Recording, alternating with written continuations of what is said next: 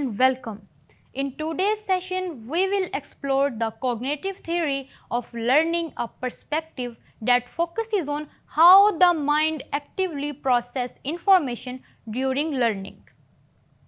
We will unpack key concepts like attention, memory, and how learners construct their own understanding through experience and reflection. We will also look at classroom applications such as inquiry-based learning and peer-assisted strategies which bring this theory to life in real teaching environments. So let's begin by understanding how the cognitive approach shifts the focus away from behavior and turns inward into the mental process of learner. Let's get started. The cognitive perspective on learning. The cognitive perspective views learning as much more than just reacting to external rewards or punishments. It is seen as a mental activity where learners actively think, reflect, and construct understanding, like behaviorism, which focused only on what we can observe like actions or habits. Cognitive theory focuses on internal processes, how we pay attention, how we remember and store information, how we solve problems, and how we apply knowledge in new situations. In this view, learners are not passive receivers. Instead, they are active participants, continuously organizing and interpreting information based on what they already know. For example, when a student learns about a new scientific concept, they connect it to the past knowledge, ask questions, and even reshape their understanding if needed. This mental effort is at the heart of cognitive learning.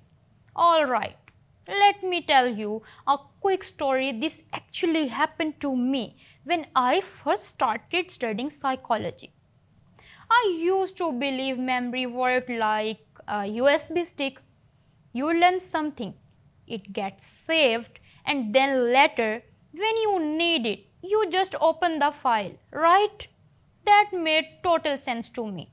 So, when we begin learning about memory systems, short-term memory and long-term retrieval, I kept trying to make it all fit into that USB storage idea. That's what Piaget called assimilation. You are taking in new information, but instead of changing your thinking, you are trying to fit the new stuff into what you already believe. But then I learned something that really challenged that. Memory is not just a storage, it's active. It's about how deeply we process info, how we connect it to other ideas, and how we organize it in our minds. That totally mismatched with my USB idea.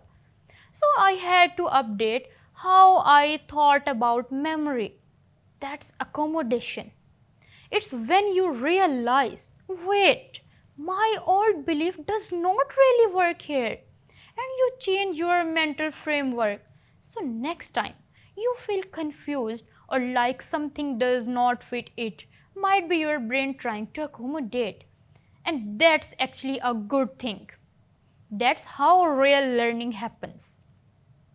Over the years, several significant theorists have helped shape this perspective, such as Piaget, Vygotsky, and Brunner, each highlighting how learners make meaning, often through interaction and experience. So, if learning is internal and active, how exactly do students make sense of the world around them?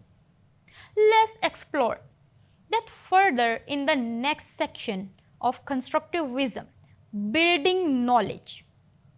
Constructivism is a powerful branch of cognitive theory that emphasizes how learners actively build through experience and reflection. Rather than just receiving information, students construct meaning based on what they already know and what they experience. Think of it this. Knowledge is not handed over, it's built by the learner. Jean Piaget, a key figure in psychological constructivism, believed that learners organize and reorganize information as they encounter new challenges.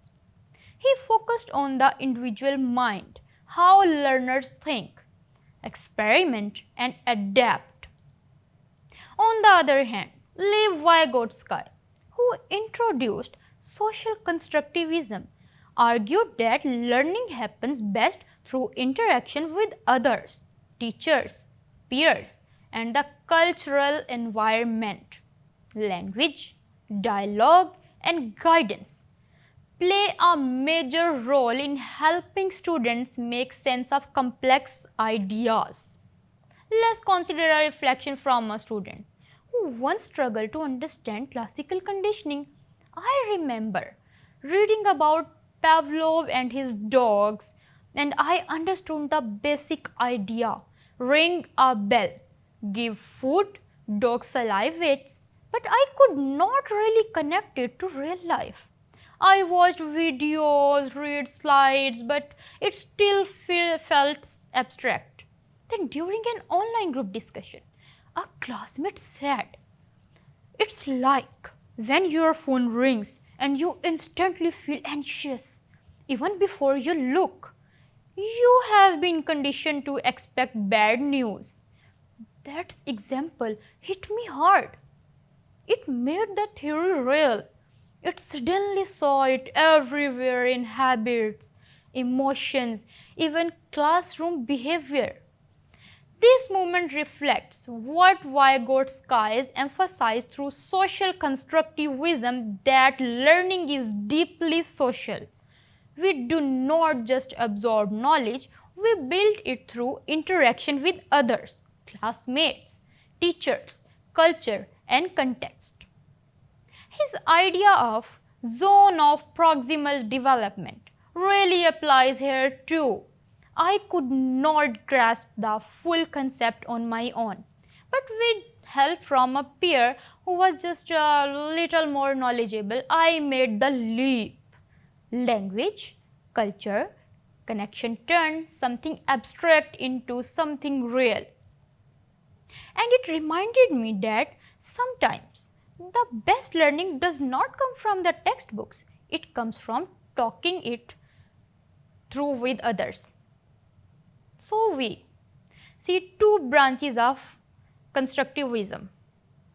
Psychological constructivism focused on personal discovery and cognitive development. Social constructivism focus on collaboration, dialogue, and cultural tools. Together, these perspectives remind us that deep learning happens both inside the mind and through meaningful social experiences. Now that we understand how knowledge is built, let's zoom in on what this actually looks like in classroom practice. Constructivism in the classroom. In a constructivist classroom, the teacher's role shifts from being a traditional instructor to a facilitator of learning. Rather than just delivering facts, the teacher guides students as they explore, ask questions, and connect new information with what they already know. This approach creates a learning-centered environment where students are active participants in the learning process. Let me ask you something. Why do you think some students remember lessons days or even weeks later, while others forget them almost immediately? This exact question came up during one of our educational psychology classes. But instead of giving us the answer, our teacher challenged us to figure it out ourselves. She grouped us up, gave us few clues, terms like cognitive load, prior knowledge, and retrieval practice, and asked us to explore real classroom situations. At first, we were confused. But the more we discussed, the clearer things became. We realized that students who connected new ideas to things they already understood and who activated prior knowledge learned more deeply. It was not just about listening, it was about linking. We saw too much information distress students, but chunking and guided activities helped. Retrieval practice strengthen memory. Provide educational psychology's value in solving real classroom problems, not just passing exams, practical, powerful, and deeply relevant. Here are some key strategies used in constructivist classroom. Inquiry-based learning. Students investigate real-world questions, promoting curiosity and independent thinking. Discovery learning. Learners uncover information themselves through guided exploration and hands-on activities. Problem-based and project-based learning. These methods focus on solving meaningful, complex problems and even involve collaboration and critical thinking. To wrap up, we explored how students build knowledge through mental and social interaction from cognitive theories to constructivism. Today's session showed how dynamic learning truly is. We examined how prior knowledge, active engagement, collaboration, and real world application work together to create deeper understanding. We also discussed why reflection and feedback are vital for improving performance over time. By linking theory to practical examples, students can better appreciate the relevance of these ideas in academic, professional, and personal settings.